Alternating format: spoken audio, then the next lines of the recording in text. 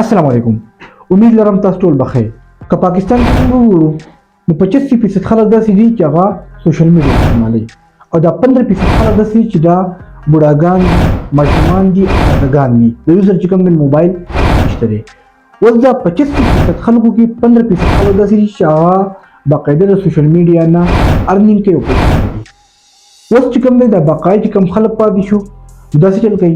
دوی چېرته د یوټیوب نه فلم ډاونلوډ کړی، چېرته مطلب دا چې په ټیک ټاک باندې د بل ویډیو باندې چې کوم لپ سینګ کړی د بل په اواز باندې کوم د خپل خوله ډکولې ده، چاته یو کمنټس کړی دی، په چا باندې کوم یو تنقید کړی دی، مطلب چاله یو لایک ورکړی، بس د دې علاوه د سره نور څه سکل نشته دی.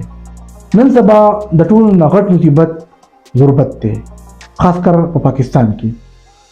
که پر موږ وګورو غربت ډېر زیات دی او څوک چې هم غریب وي څوک یې په تندر هم نه لګوي. زه تاسو دا وایم چې خپل ژوند چې کومه دی دا بدل کړئ. ما تاسو ته وویل که نه چې 85% خلک داسې چې هغه سوشل میډیا استعمالوي. نو پکار ده چې دا موږ په صحیح طریقې باندې استعمال کړو. ګورئ تاسو ما ته وایئ چې خپل ژوند چې کوم دی دا موږ څنګه بدلوو. ګورئ خپل ژوند داسې بدل کړئ، په یوټیوب کې خپل چینل کریټ کړئ، په ټیک ټاک کې خپل چینل کریټ کړئ، دا شانتي په پیج ځان یو د فیسبوک پیج کریټ کړئ. ټیک شو. ادین چې کوم تاسو پیسې ګټلی شي. اوس تاسو ما ته وایئ چې سکلز دا به څنګه کوو. که تاسو فرض کوو ویلاګینګ کولی شي، مطلب دا چې یو ځای کې ته لاړ شي خلکو ته خپله علاقه خپل کلی دا وښایې، سافټویر ویډیو چې کوم دی هغه اپلوډ کړئ، لکه څنګه چې زه تاسو ته مشوره در کوم. د دې علاوه چې کوم دی نو تاسو وایس چې کوم دی هغه شروع کړئ. د دې علاوه چې کوم دی تاسو د دنیا قسمه قسم چې کوم دی نو پلیټفارم دی چې د هغې تاسو چې کوم دی نو پیسې ګټلی شي په ښه طریقې باندې. که فرض کړئ تاسو سره دا سکل نه وي او دا تاسو نشئ کولی، د دې علاوه چې کوم دی تاسو ویلاګینګ هغه تاسو کولی شي چې مطلب دا دی چې څوک تصویر ایډیټ کوي.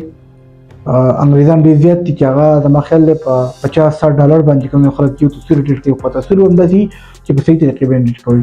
انشاءالله تاسو ګورئ په یوټیوب کې چې کوم بلاګینګ ولیکئ او تاسو باقاعده چې کوم د هغې تاسو ډېر پیسې ګټلی شئ. انشاءالله کوشش به کوم چې تاسو سره د هغې لپاره هم یو ویډیو راوړم، تاسو چې کوم دی شیر کوم. خپل ټایم چې کوم دی دا پلته ویسټ کوئ، خپل ټایم چې کوم دی دا قیمتي کوئ. زه امید کوم چې انشاءالله دا غربت چې کوم دی دا به زموږ نه ختم شي.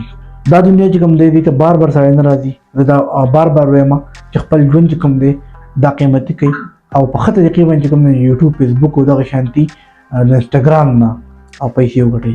دا ویډیو که ستاسو ډېر ته خوښ وي لازمي شیر کړئ. رقم الله جل الله امان.